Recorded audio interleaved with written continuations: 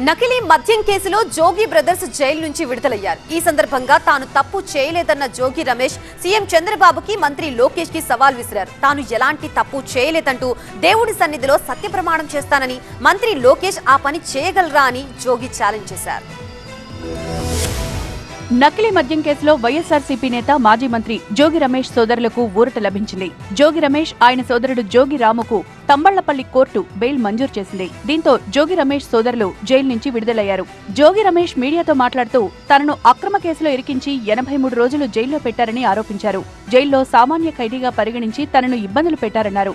తాను గతంలోనే ఈ కేసును సీబీఐకి అప్పగించాలని డిమాండ్ చేసినా చంద్రబాబు సర్కార్ ఆ పని చేయలేదన్నారు. అయినా అక్రమ అరెస్టులకు భయపడే ప్రసక్తే లేదంటూ జోగి రమేష్ కామెంట్ చేశారు. చంద్రబాబు నాయుడు ఒక ఫేక్ సీఎం, 83 రోజులు ఒక అక్రమ కేసులో నిర్బంధించి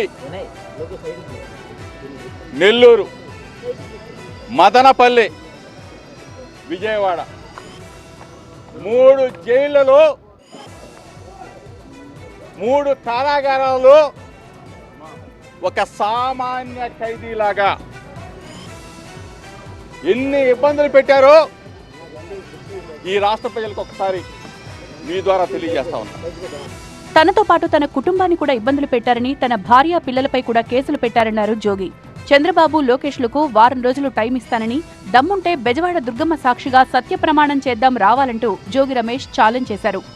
చంద్రబాబు నాయుడు, లోకేష్ దమ్ముంటే సిబిఐ ఎంక్వైరీ ఏమని చెప్పా, కాదు కూడదంటే నార్కో ఎనాలిసిస్ టెస్ట్ కైనా సిద్ధమని చెప్పా, లై డిటెక్టర్ టెస్ట్ కైనా సిద్ధమని చెప్పా, తిరుమల వెంకటేశ్వర స్వామి సన్నిధికి వస్తే నీ భార్యా బిడ్డలతో వస్తే నా కుటుంబ సభ్యులతో వస్తా, ప్రమాణం చేస్తానని చెప్పా.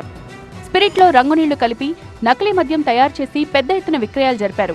ఈ కేసులో ప్రధాన నిందితుడు అద్దేపల్లి జనార్దన్ రావు ఇచ్చిన స్టేట్మెంట్ ఆధారంగా జోగి రమేష్ సోదరులను గతంలో సిట్ అరెస్ట్ చేసింది.